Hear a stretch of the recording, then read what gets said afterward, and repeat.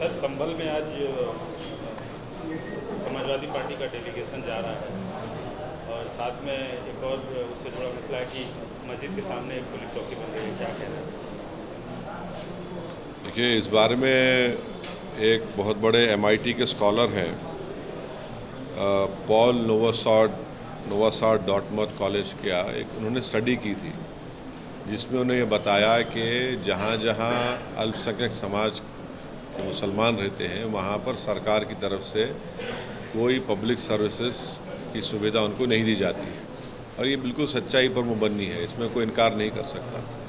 अब जब उत्तर प्रदेश सरकार के पास मस्जिद के सामने एक पुलिस आउटपोस्ट बनाया जा रहा है और पुलिस आउटपोस्ट का जो फाउंडेशन है वो भी उसमें सेकुलर तरीके से नहीं किया जा रहा है, तो हम ये पूछना चाह रहे हैं कि इतना पैसा आपके ने अगर है तो आप संभल में हो या जहाँ जहाँ उत्तर प्रदेश में मुस्लिम इलाके हैं वहाँ पर आप स्कूल बनाइए ना, अस्पताल बनाइए, वहाँ पर पुलिस स्टेशन, पुलिस आउटपोस्ट, शराब खाने तो आप बहुत खोल चुके हैं मुस्लिम इलाकों में, इसकी ज़रूरत ही नहीं है। ज़रूरत इस बात की है कि जो मुसलमान लिटरेसी में सबसे कम है, जो ग्रेजुएट्स में सबसे कम है, ड्रॉप आउट में हाईएस्ट हैं, तो देश के हित में ये है कि आप ये चीज़ों को खोलिए, स्कूल को खोलिए, अस्पताल को खोलिए।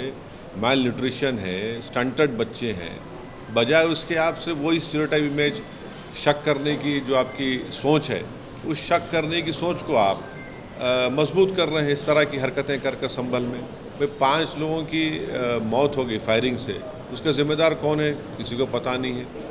तो ये सब जो किया जा रहा है ये एक कम्युनल माइंडसेट है और उसी का मज़ाहिरा हम देख रहे हैं जो संभल में हो रहा है।